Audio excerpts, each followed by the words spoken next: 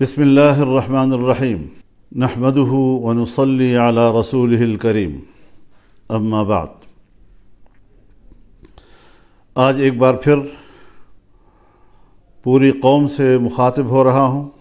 آپ حضرات جانتے ہیں کہ جمعیت علماء اسلام کی مرکزی مجلس عاملہ نے 8 فروری 2024 کے الیکشن کے نتائج کو مسترد کر دیا تھا۔ 2018 کے الیکشن میں جو عوام کی حق رائے دہی پہ ڈاکہ ڈالا گیا تھا، 2024 میں ایک بار پھر عوام کی حق رائے دہی پر شبخون مارا گیا ہے۔ ہم نے فیصلہ کیا تھا کہ ہم اس الیکشن کے نتائج کو تسلیم نہیں کریں گے اور ان کے نتائج کو مسترد کرتے ہیں۔ یہ عوام کی نمائندہ کم اور اسٹیبلشمنٹ کی نمائندہ زیادہ ہے۔ ہمیں عوام کی طرف جانا ہوگا، عوام کو اعتماد میں لینا ہوگا تاکہ وہ اپنے ووٹ کے حق کے لیے متحد ہو سکے، ان کی صفوں میں وحدت آ سکے اور وہ اس قابل ہو سکیں کہ وہ اپنے ووٹ کو تحفظ دے سکیں اور اپنے حق رائے دہی اس کو محفوظ کر سکے۔ یہ ایک واضح موقف ہے ہمارا اور اس موقف کی طرف ہم نے آگے بڑھنے کا فیصلہ کیا ہے۔ چنانچہ انشاءاللہ العزیز اللہ تعالیٰ کی فضل اور اس کی تائید کے ساتھ ہم 25 اپریل کو بلوچستان سے اس تحریک کا آغاز کریں گے اور ان اجتماعات کو ہم عوامی اسمبلی کا نام دیں گے۔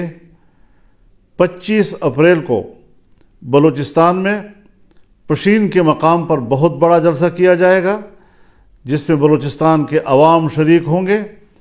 اسی طریقے سے 2 مئی کو کراچی میں بہت بڑا عوامی اسمبلی کا انعقاد ہوگا اور سندھ کے عوام اس میں شریک ہوں گے۔ ہماری تیسری عوامی اسمبلی پشاور میں ہوگی اور 9 مئی کو اس کا انعقاد ہوگا جس میں صوبہ خیبر پختونخوا کے تمام لوگوں کو دعوت دی جائے گی اور اس عوامی اسمبلی میں وہ شرکت کریں گے۔ اس کے بعد ہم لاہور کے لیے تاریخ کا تعین کریں گے جہاں پر پورے ملک کو اس میں شمولیت کی اور شرکت کی دعوت دی جائے گی اور ایک بہت بڑا ایک عوامی سیلاب وہ اپنی اسمبلی کا انعقاد کرے گا۔ ہم اس حوالے سے دوسری سیاسی جماعتوں سے بھی رابطہ کر رہے ہیں تاکہ عوام کی ایک متفقہ اور متحدہ صف وہ اس کو زندہ کیا جا سکے، اس کو منظم کیا جا سکے۔ تو اس حوالے سے ہم اس شیڈول کا اعلان کر رہے ہیں اور انشاءاللہ ہمارے کارکن، ہماری تنظیمیں، ہر صوبے کی اور ماتحت تنظیمیں ان کو کامیاب بنانے کے لیے فوراً حرکت میں آئیں گی۔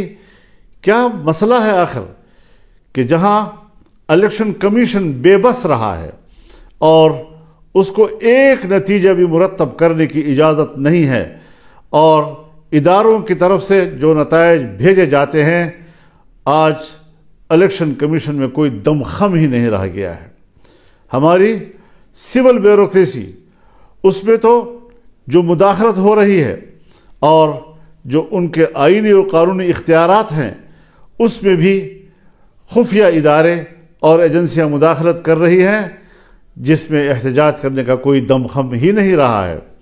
پہلی مرتبہ آج ہائی کورٹ کے ججز نے یہ آواز بلند کی ہے کہ ہمارے معاملات میں بھی مداخلت کی جا رہی ہے، ہمیں دھونس اور دھمکیوں سے ڈرایا جا رہا ہے اور اس پریشر میں ہم لوگوں کو انصاف نہیں دے سکتے۔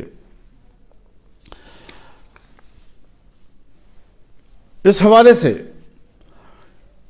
اگر ماضی کے دریچوں میں جھانکا ہے تو وہ پاکستان کے اس وقت کے وزیر دفاع جناب خواجہ آصف صاحب ہیں جو برملا ان واقعات کا ذکر کر رہے ہیں کہ کس طرح مقتدرہ نے انتخابات کے معاملے میں مداخلت کی، اس کے نتائج کو تبدیل کیا، اور کس طریقے سے اس کو الیکشن کے نظام کو اور اس کے نتائج کو منظم کیا اپنے مرضی کے ساتھ، عوام کی مرضی کے خلاف۔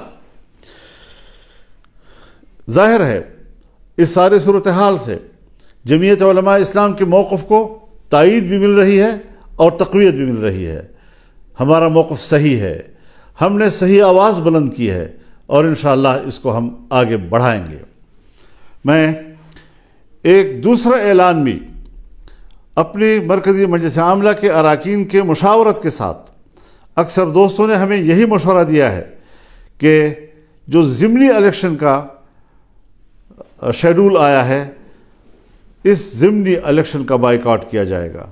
جمعیت علماء اسلام کا کوئی رکن ضمنی الیکشن میں حصہ نہیں لے گا، اور اس حوالے سے یہ بات واضح رہے کہ ہم ضمنی الیکشن چونکہ اسی الیکشن کا تسلسل ہے اور ہمیں پچھلے نتائج پر اعتماد نہیں، ہم کس طرح سے ضمنی حلقوں میں کوئی انصاف کی توقع رکھ سکتے ہیں۔ ہم پھر ایک بار مقتدرہ کا کھیل کا نشانہ بنیں گے، اور اس طریقے سے عوام کی حق رائے دہی کے ساتھ کھلواڑ کیا جائے گا۔ یہ بات کسی قدر ہمیں قابل قبول نہیں۔ انشاءاللہ العزیز رمضان المبارک کے بعد تحریک چلے گی، فیصلے اب ایوان میں نہیں میدان میں ہوں گے۔ اب مقتدرہ کی اسمبلی نہیں چلے گی، عوامی اسمبلی چلے گی، اور اس حوالے سے بھرپور عوامی جدوجہد کا آغاز کیا جائے گا۔ ہم اللہ سے مدد کی درخواست کرتے ہیں، دعا کرتے ہیں کہ اللہ تعالی ہمیں اس مقصد میں کامیابیاں عطا کریں، اور پاکستان کو ایک پرامن اور ایک اسلامی فلاحی ریاست کی صورت میں ہمیں دکھائے۔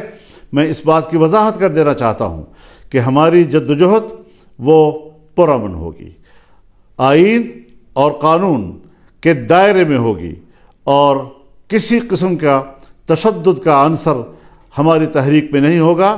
عوام کو حق پہنچتا ہے کہ وہ ملک میں احتجاج کریں اور اپنی رائے سے دنیا کو آگاہ کریں۔